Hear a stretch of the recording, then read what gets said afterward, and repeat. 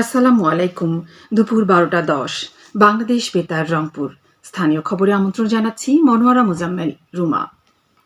প্রধান উপদেষ্টা অধ্যাপক ডক্টর মোহাম্মদ ইউনুস আশা প্রকাশ করে বলেছেন, ত্রয়োদশ জাতীয় সংসদ নির্বাচন ও গণভোট বাংলাদেশের গণতান্ত্রিক যাত্রায় একটি ঐতিহাসিক মাইলফলক হয়ে থাকবে।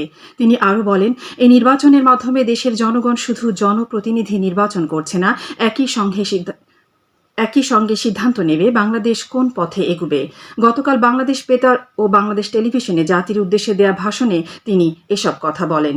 প্রধান উপদেষ্টা বলেন, অবাধ, সুষ্ঠু, নিরপেক্ষ নির্বাচন অনুষ্ঠানে সরকার সব উদ্যোগ গ্রহণ করেছে।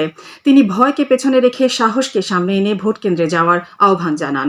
অধ্যাপক ডক্টর মোহাম্মদ ইউনুস নির্বাচনের ফলাফল যাই হোক না কেন ব্যক্তিগত বা দলীয় স্বার্থের ঊর্ধ্বে উঠে জাতীয় স্বার্থকে প্রাধান্য দেওয়ার উদাত্ত আহ্বান জানান। প্রধান উপদেষ্টা আশাবাদ ব্যক্ত করে বলেন, নির্বাচনের দিন হবে নতুন বাংলাদেশের জন্মদিন।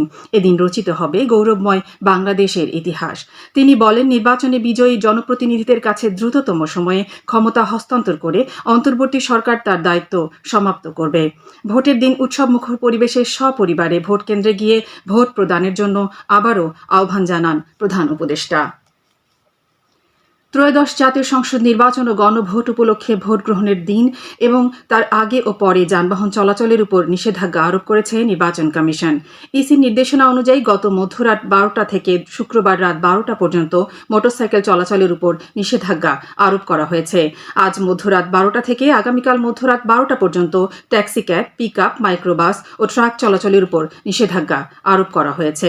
তবে আইনশৃঙ্খলা রক্ষাকারী বাহিনী, সশস্ত্র বাহিনী, প্রশাসন ও অনুমতিপ্রাপ্ত পর্যবেক্ষকগণ, জরুরি সেবা কাজে নিয়োজিত যানবাহন এবং ঔষধ, স্বাস্থ্য, চিকিৎসা কাজে ব্যবহৃত দ্রব্যাদি ও সংবাদপত্র বহনকারী সকল ধরনের যানবাহন এই নিষেধাজ্ঞার বাইরে থাকবে।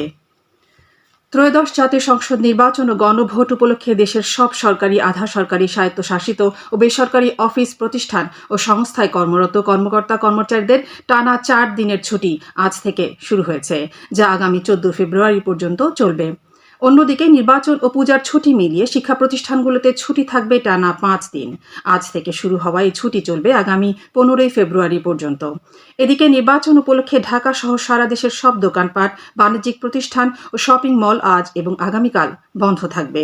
দোকান মালিক সমিতির পক্ষ থেকে নির্বাচনকালীন এই ছুটির সিদ্ধান্ত নেওয়া হয়েছে। রংপুর জেলার সংসদীয় ৬টি আসনে এবারে বিভিন্ন রাজনৈতিক দলসহ স্বতন্ত্র মিলে মোট ৪৫ জন প্রার্থী প্রতিদ্বন্দ্বিতা করছেন।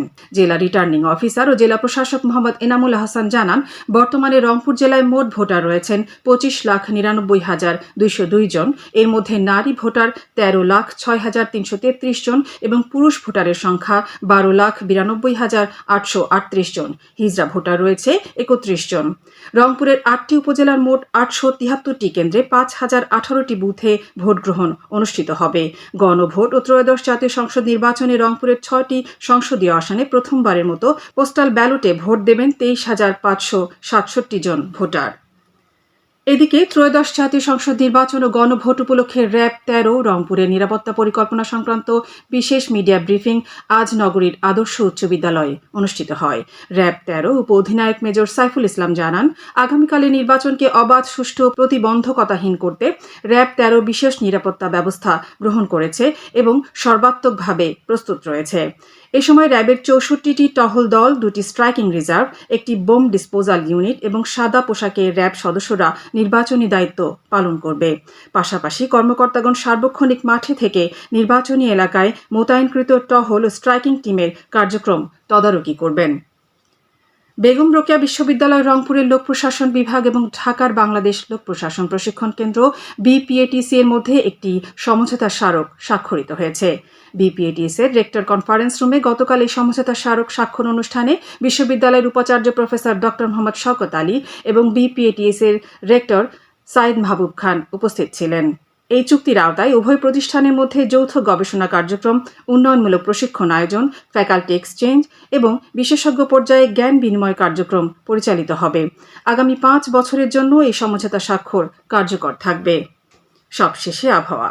আজ সন্ধ্যে ৬টা পর্যন্ত পূর্বাভাসে বলা হয়েছে, দেশের অভ্যন্তরীণ নদী বন্দরগুলোর জন্য কোনো সতর্কবাণী নেই এবং কোনো সংকেতও দেখাতে হবে না। খবর শেষ হলো। আমাদের পরবর্তী স্থানীয় খবর প্রচারিত হবে বেলা ২টা ৫ মিনিটে।